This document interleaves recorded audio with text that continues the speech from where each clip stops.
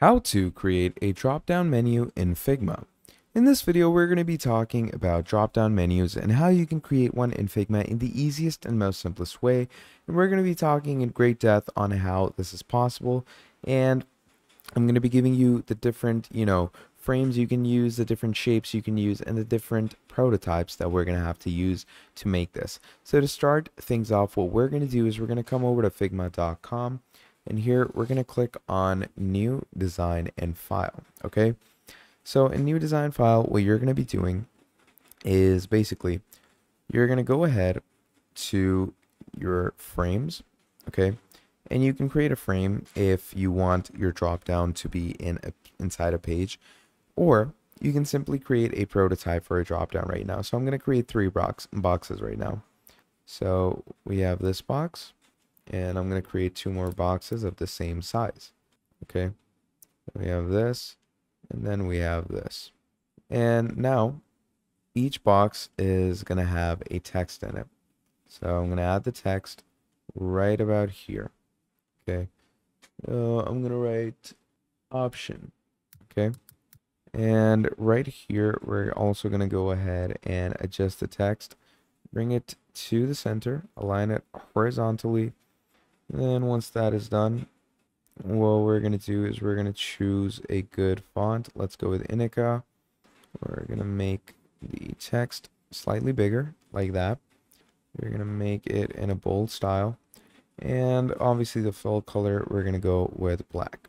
Now once that is done, I'm going to go ahead and do that. And we're going to do the same with the copying. Bring it right about here. Again, copy, bring it right about here. There we go.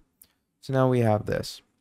Now over here, we're also going to go ahead and give this one a different fill color. Now the reason for that is this is going to be our hover option. Okay. This is going to be when someone hover overs it. And this, on the other hand, is going to be when someone selects it. I'm going to go ahead and add a stroke to it. Obviously increase the stroke size. There we go, just like that. Now these are the three main buttons that we're going to have. Now what we're going to do is we're actually going to start making our options barrier. So first of all, what we're going to do is we're going to create our drop down menu. So here, let's say I'm going to write in the text. I'm going to go ahead and choose this over here. And I'm going to bring this right about here. Okay. Obviously, we're going to want to make sure that the text option comes above the rest of the design. Now, once this is done, what you're going to do from here is we're going to double click on this and we're going to write something like choose. Now, once you've done that, obviously, I'm going to bring it to the center. And now you're going to create a drop down. So to create a drop down, obviously, we're going to add our, drop down, you could say arrow. So to add your arrow, simply add something like this. There we go. So we have this drop down arrow over here. And obviously, I'm going to go ahead and fill it up with some dark colors. Okay. Now once this is over here, I'm going to set it a little bit, just like that. Obviously, try to make it much better than what I've made it look out to be. But yeah, this is generally how you're going to want to set your, drop down menu. Go ahead and twist it slightly. There we go. So once you have a drop down menu opened up like this, what's going to happen is we're going to go ahead and copy this, paste it, bring it here. Now right under it is where we're going to create a big drop down. There we go. So in this big drop down, you're going to start adding your options. Okay. So here we have our options bar. Now you can simply bring it over here. And obviously, you can simply glide it straight above in the options section. In the text option, what you can do you're gonna write option 1, copy, paste, bring it down, and we have option 2. And again, we're gonna paste it up, bring it down. We have option 3. And then finally, we're gonna add another option right under it that we're gonna call option 4. So once you have all of these things compiled up for yourself, you're pretty much set and standard to go. Now, obviously, for whatever option a person chooses, you're going to add blurs to it. And for whatever option a person, finally confirms, you're going to add this to it. So for each of these things, you're going to add different types of, blurs and different types of choosing options.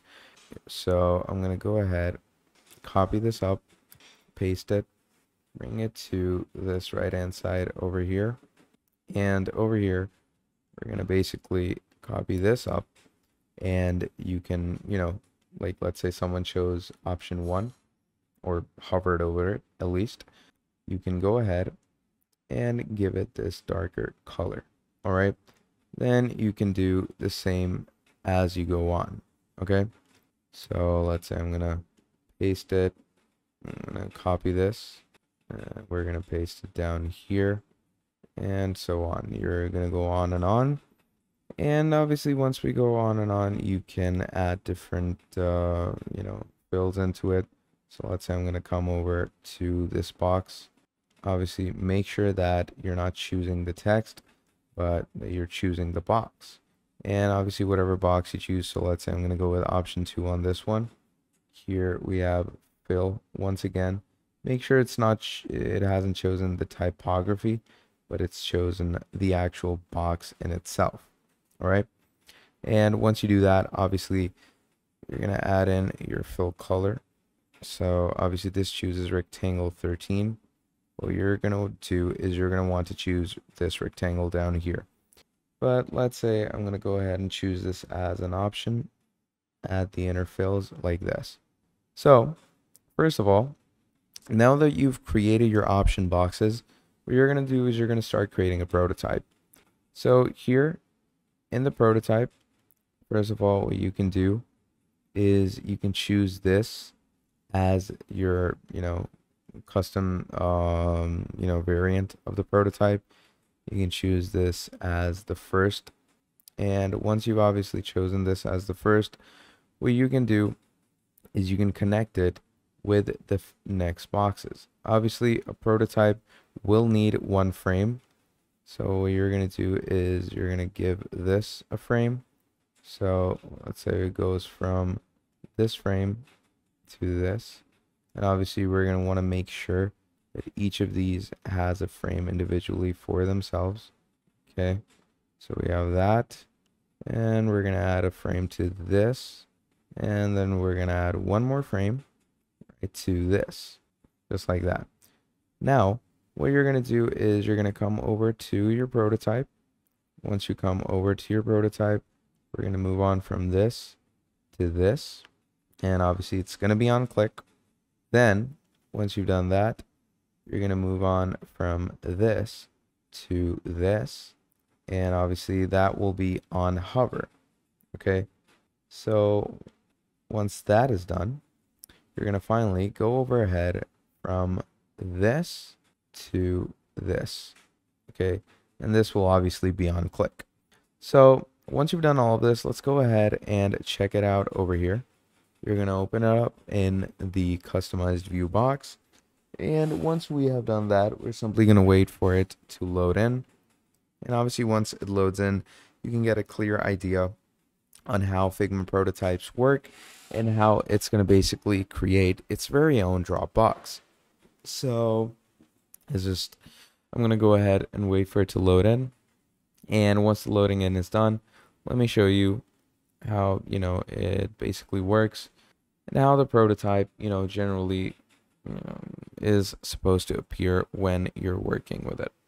So over here, as you can see, I'm going to click on it. It's going to open up the Dropbox. And whenever I'm going to hover over option 1, as you can see, it's going to blur it out. Now, obviously, I haven't chosen 2, 3, 4 as a blur out, but if I did, it's going to, act like this. And once I click it, Look at that. It's going to be selected like that. How cool is that?